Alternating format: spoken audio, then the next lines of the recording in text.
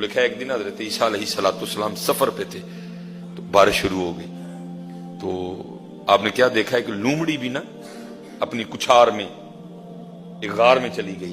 آپ ایک درخت کے نیچے کھڑے تھے، تھوڑی دیر بعد نا وہ درخت بھی، بارش اتنی شدید تھی وہ درخت بھی ٹپکنے لگ پڑا، وہ پانی کے قطرے نا آپ کے جسم مبارک پہ گر رہے تھے.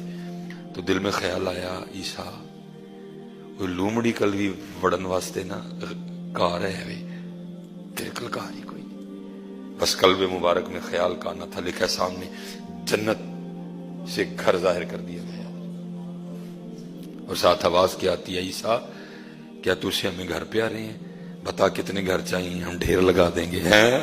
فرمایا کیا تجھ سے گھر پہ آ رہے ہیں، بتا کتنے گھر چاہیے ہم ڈھیر لگا دیں گے.